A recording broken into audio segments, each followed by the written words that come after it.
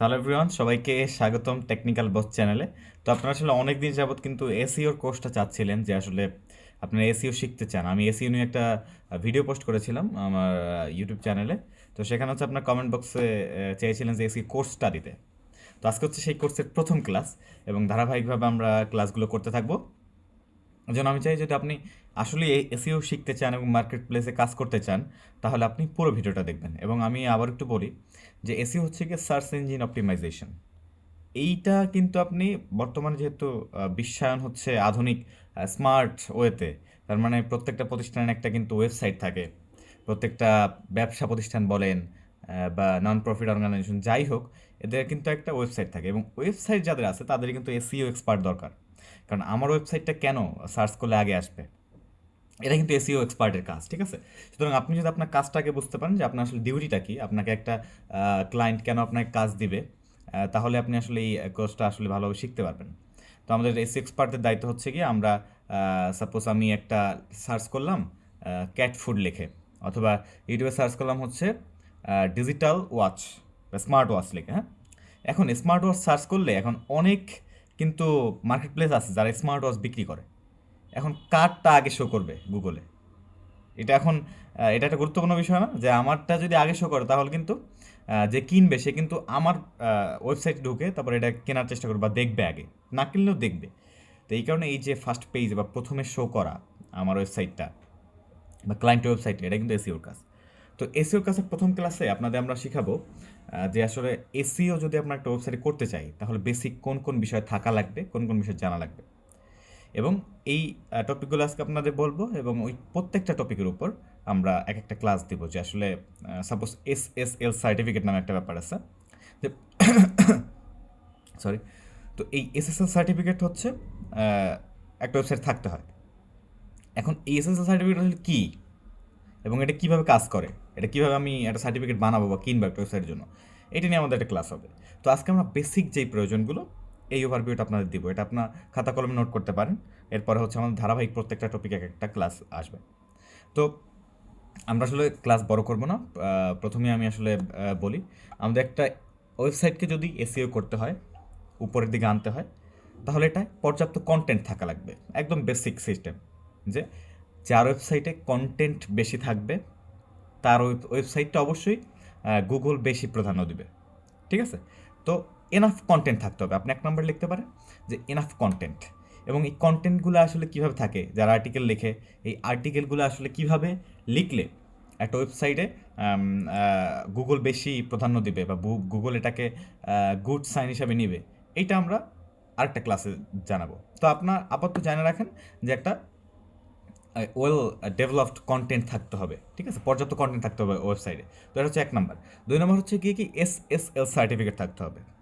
SSL certificate যদি থাকে, তবে গুগল আপনার ওয়েবসাইটটাকে অন্যান্য যাদের এসএসএল সার্টিফিকেট নাই তাদের থেকে বেশি প্রাধান্য দিচ্ছে। এরপর হচ্ছে কি থাকবে, প্রিমিয়াম ডোমেইন এবং হোস্টিং। এখন আমরা অনেক কিন্তু ফ্রি ডোমেইন এবং হোস্টিং ব্যবহার করি, এবং এই যে যেমন ওয়ার্ডপ্রেস আছে, উইক্স আছে, এরা কিন্তু ফ্রি ডোমেইন এবং হোস্টিং দেয় আপনাকে।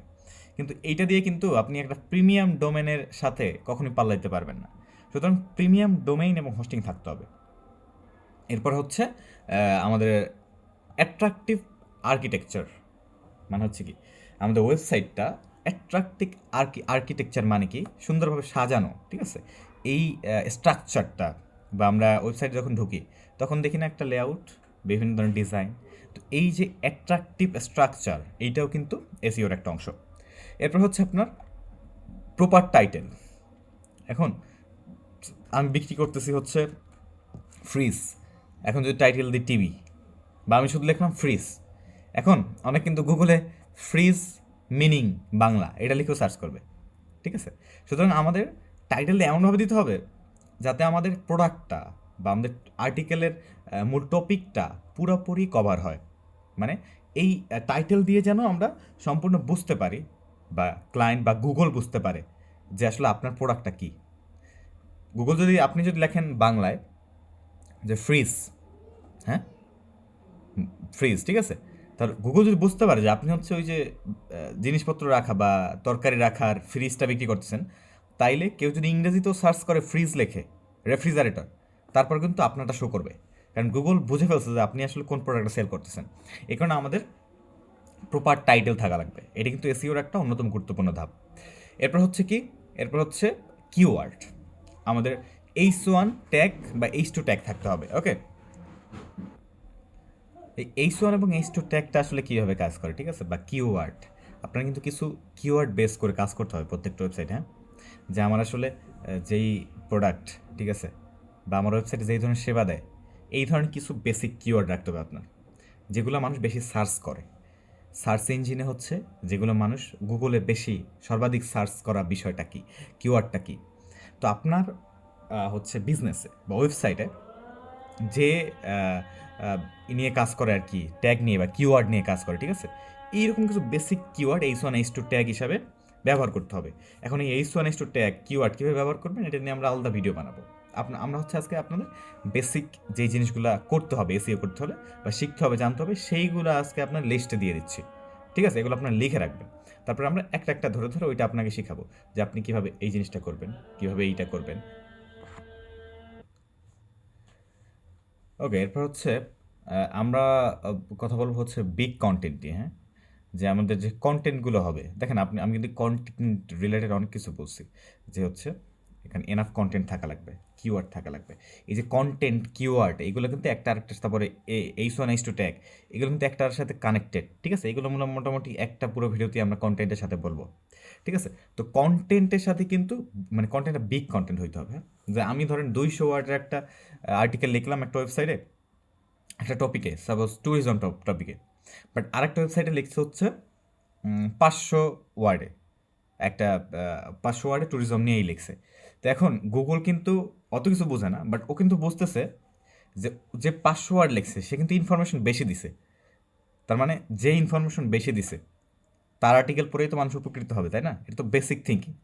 তো আমাদের কিন্তু এই কন্টেন্টটা বিগ কন্টেন্ট হইতে হবে, বা এটা এনাফ, প্রায় 700 থেকে 1000 ওয়ার্ড এরকম হইতে পারে।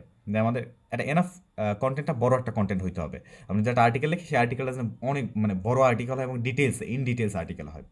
ঠিক আছে, এরপর হচ্ছে মেটা ডিসক্রিপশন। এই মেটা ডিসক্রিপশনটা কিন্তু খুবই গুরুত্বপূর্ণ। ঠিক আছে, আপনার প্রত্যেকটা জিনিসের একটা মেটা ডিসক্রিপশন থাকে, প্রত্যেকটা পোস্টের প্রত্যেকটা হচ্ছে দেখবেন যে আপনি মেটা ডিসক্রিপশনটা আপনি যখন একটা সার্চ করবেন না, আপনি যখন সার্চ করবেন গুগলে কোনো একটা বিষয়ে, দেখবেন যে ওইটা কিন্তু হেডলাইন আসে, হেডলাইনের নিচে ছোট করে, এই যে ডান পাশে দেখতে পাচ্ছেন যে ছোট করে এই যে নিচে দেখা যায় না, এটাকে বলে হচ্ছে মেটা ডিসক্রিপশন। এখন এই মেটা ডিসক্রিপশনটা কিন্তু খুবই গুরুত্বপূর্ণ। আপনি তো আপনার ট্যাগ ইউজ করলেন, আপনার টাইটেল ইউজ করলেন, এরপর কিন্তু মেটা ডিসক্রিপশনটা আপনাকে বা আপনার পোস্টটাকে, আপনার প্রোডাক্টটাকে, আপনার আর্টিকেলটাকে আলাদাভাবে স্পেসিফাই করবে, আলাদাভাবে একটা গুরুত্ব অ্যাড করবে। সুতরাং মেটা ডিসক্রিপশনটা কিন্তু খুবই গুরুত্বপূর্ণ, এটা কিন্তু ইগনোর করা যাবে না। ঠিক আছে, এরপর হচ্ছে আর কি আছে, অ্যাড টেক্সট ইন ইমেজ। মানে আপনি যদি একটা ইমেজ আপলোড করেন আপনার ওয়েবসাইটে বা ক্লায়েন্ট ওয়েবসাইটে, সেখানে ইমেজের সাথে একটা টেক্সট বা ইমেজের ওটা টাইটেল অ্যাড টেক্সট নামে একটা বিষয় থাকে, এটা আপনার দেখাবো। এই টেক্সটটা কিন্তু আপনাদের হচ্ছে ইউজ করতে হবে ইন ডিটেলস। ওকে, তার মানে আপনি লিখে রাখতে পারেন ALT টেক্সট ইন ইমেজ, এটা কিন্তু আপনি লিখতে পারেন টপিক। এরপর হচ্ছে use JPG image and less than 100 KB। ঠিক আছে, মানে হচ্ছে আপনি যেই ইমেজ ফরম্যাট ইউজ করবেন এটা যদি জেপিজি ফরম্যাট হয়, আপনি আপনার ওয়েবসাইট যেটা ইউজ করবেন জেপিজি ফরম্যাটটা যদি হয়, আর যদি 100 KB থেকে কম হয়, তাহলে এটা কী হবে, এটা লোড টাইম কম হবে। লোড টাইম কম হওয়া মানে কি, আপনার কিন্তু ভিজিটর স্মুথলি আপনার ইমেজটা দেখতে পারবে, এবং এই যত কম মেগাবাইট হচ্ছে ইউজ করা যায়। ঠিক আছে, তো আবার কোয়ালিটি ডাউন করলেও হবে না, যেহেতু আকর্ষণীয় হওয়া লাগবে, অ্যাট্রাকটিভ একটা স্ট্রাকচার থাকা লাগবে। সুতরাং এটা 100 KB মধ্যে থাকলে এবং জেপিজি ফরম্যাটে থাকাটা হচ্ছে উত্তম। এরপর হচ্ছে ইউজিং কিওয়ার্ড ইন কন্টেন্ট। এটা আগেই বলছি যে ইউজিং কিওয়ার্ড ইন কন্টেন্ট, আমরা একটা কন্টেন্ট লিখলে আমরা যেন ওই কন্টেন্টের মধ্যে বারবার আমরা কিওয়ার্ড ইউজ করি, মানে আমাদের ওয়েবসাইটের বা আমাদের সেবার যে কিওয়ার্ড এটার জন্য ইউজ করি। হ্যাঁ, এরপর হচ্ছে ব্যাকলিঙ্ক। ব্যাকলিঙ্কটা খুবই গুরুত্বপূর্ণ, এটা নিয়ে একটা গুরুত্বপূর্ণ ক্লাস আপনাদের হবে, ব্যাকলিঙ্ক। তো ব্যাকলিঙ্কটা হচ্ছে কি, আপনার যে ওয়েবসাইট হচ্ছে, যদি ওই যে আমরা ফেসবুকে মেনশন দিই না, যে আমি মেনশন দিলাম, তো আপনার ওয়েবসাইটটা যদি মেনশন করে কেউ তার ওয়েবসাইটে পোস্ট করে, হ্যাঁ, একটা পজিটিভ কিছু পোস্ট করে, তাহলে কিন্তু এটা কাইন্ড অফ ব্যাকলিঙ্ক। ব্যাকলিঙ্কের আরও অনেক টাইপস আছে, বাট ব্যাকলিঙ্কটা মনে রাখেন যে ব্যাকলিঙ্ক এটা কিন্তু খুবই গুরুত্বপূর্ণ এসইওর ক্ষেত্রে।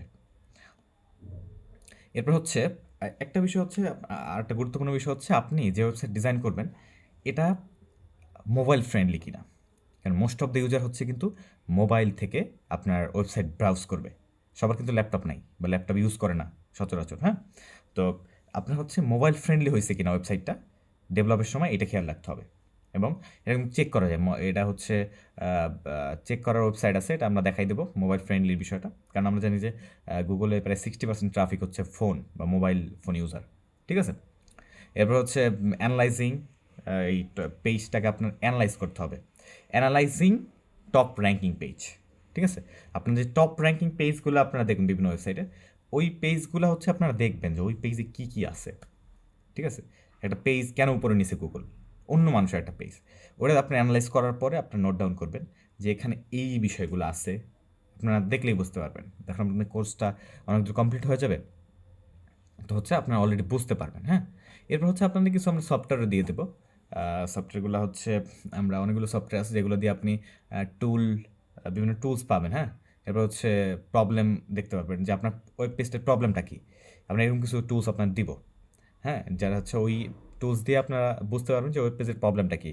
তারপরে হচ্ছে আর কিছু হচ্ছে আপনি গ্রাফের মাধ্যমে দেখতে পারবেন যে আপনি যে কাজ করতেছেন, ডেভেলপ করতেছেন, কতটা ডেভেলপ হইতেছে, এটা বিভিন্ন গ্রাফের মাধ্যমে, অল্টারনেটিভ গ্রাফের মাধ্যমে দেখা যাবে, ঠিক আছে।